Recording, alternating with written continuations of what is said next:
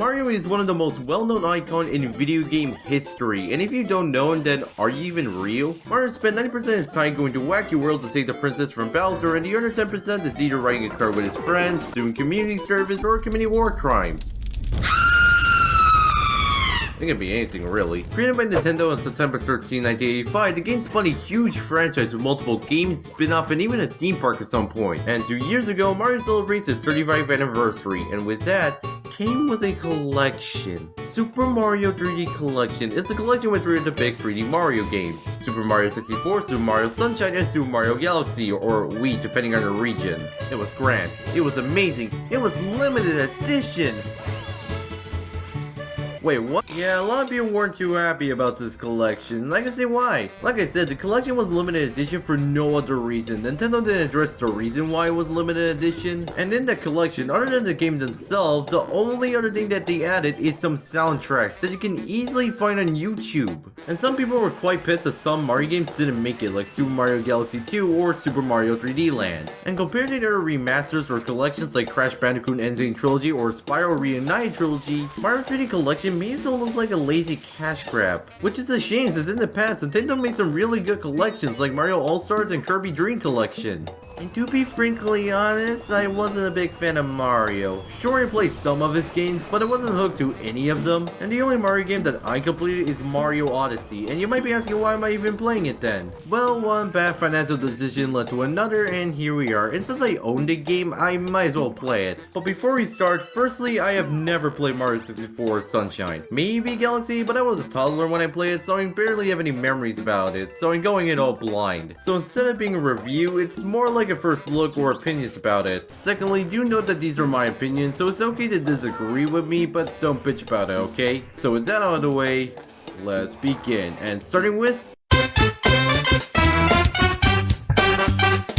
Mario 64 was released on June 23rd, 1996, and it revolutionized the gaming industry, and many people consider this game a gaming classic. I mean, with a game having a classic on its title, it's gonna be a really good game, right? And so, we must try. Oh my god, the game sucked. All jokes aside, I don't think Mario 64 is a bad game. I do understand why people like this game. But my god, this game is so frustrating. This is one of the most frustrating Mario games I ever played. I died so many times because of the janky controls, and it's hard to move around without falling off a platform. And if you die, you get kicked out of the level. So if you make the tiniest mistake and die, you have to do it all over again, which is extremely annoying. And the camera. Oh dear lord, the camera. Mario 64 camera is a nightmare to control, and far the worst part about Mario 64. It is so stiff to control, and you only get 3 directions to look at, and when you are indoors, the camera's way too zoom in. I mean, god. To give this game more of a slack, it was the first 3D Mario game, and there are some things that I like about this game. Firstly, the controls. Mario has a handful of movesets. You can jump, dive, slide, ground pound, long jump, backflip, and you can even punch if you feel like it enough.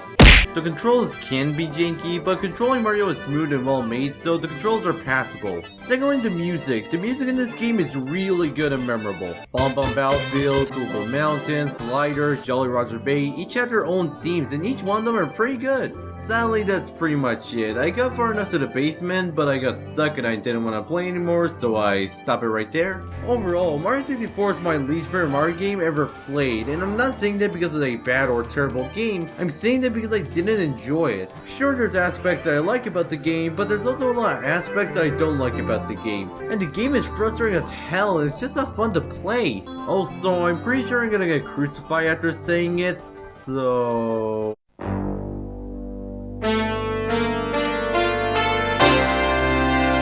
Super Mario Sunshine!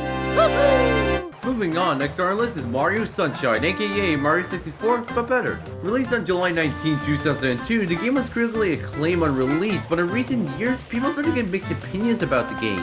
to me, Mario Sunshine is a pretty solid game. Sure, the game isn't perfect, but it fixes a lot of problems I had with Mario 64. Controlling Mario feels much more smoother, and it's easier to make precise jumps, and they finally fixed the camera. Mario has the same movesets as 64. You can Yahoo Wahoo and Yippee, but the long jump was removed in favor of Flood, your new companion. Flood has two main modes. Firstly is the default mode. Flood is able to fire water, and if you press the R button, you can aim more precisely, but the downside being you're unable to move, and the second one is the hover nuzzle, making you fly in the air for a few seconds. There's also two other modes, the rocket nuzzle that can make you jump higher, and the turbo nuzzle that can make you faster, but I haven't unlocked them yet, so I don't have much to say about it. Also, the map looks amazing and diverse. There's a town, a beach, a harbor, a theme park, a volcano. There's a lot of diversity here, and the music is alright. I mean, it's good, but it's not that memorable. Just like Mario 64, you restart if you die, but unlike Mario 64, it doesn't really annoy me. And then you got the hidden stage. Throughout each level there's a hidden stage, and in those stages you're unable to use floods, so you have to rely on your platforming skills. You're gonna realize how flood makes platforming easier, cause holy shit, these levels aren't screwing around. To be frankly honest, I have only played 2 in a level so far, so I haven't got far to the frustrating part, but by the looks of it...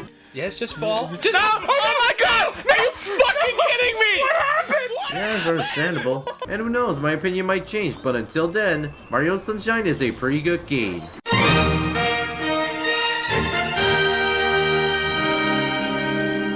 And lastly, we got Mario Galaxy. Releasing on November 1st, 2007, the game was a massive success, and it won the best Mario game on this list. There are so many things that I like about this game. Let's talk about the control first. As usual, Mario has the same movesets as the last 2 games, and the long jump returns with a new mechanic, spin.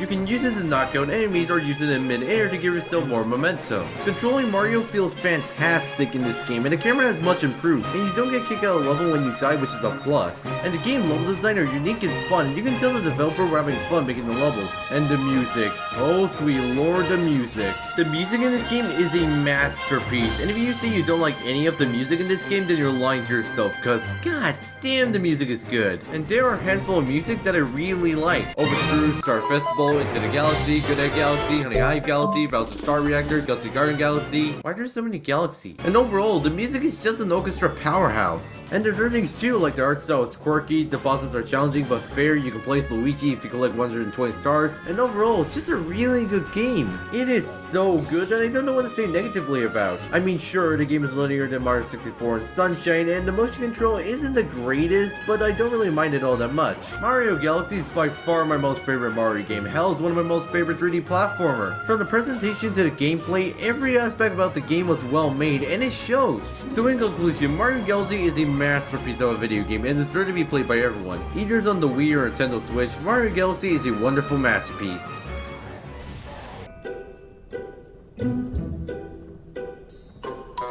So those are my opinions about the game, and if I had to rank them, it'll be Galaxy on top, Sunshine in middle, and 64 last. But enough about the games, what about the collection itself? Firstly, the box art.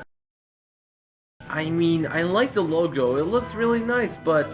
oh boy, the box art looks ugly. Not only does the box art look bland, it's also painful to look at. I mean, can you blame me? Look at it. And what baffled me about the box art is that people already made better versions of it. This looks better than this, and you can deny it. Secondly, the collection feels lacking. Like I said, other than the game does sell, the only other thing that is packaged with is some soundtracks that you can easily find on YouTube. At that point, I might as well put it on Spotify. It's just so empty. I mean, when it puts in concept art, interviews, hidden levels, hell, anything. This is just depressing. Also, I kinda get the physical version being limited edition, but why make the digital version limited edition too? It doesn't make any sense. The collection doesn't feel like a celebration at all, more like a lull for product. Sure, it's included 3 Mario games, but comparing your other collection for other companies, yeah, it's not very good. For Christ's sake, Nintendo, this is your mascot. At least give him better treatment. Overall, the collection itself is not that very good. It has so much potential to be amazing, but instead,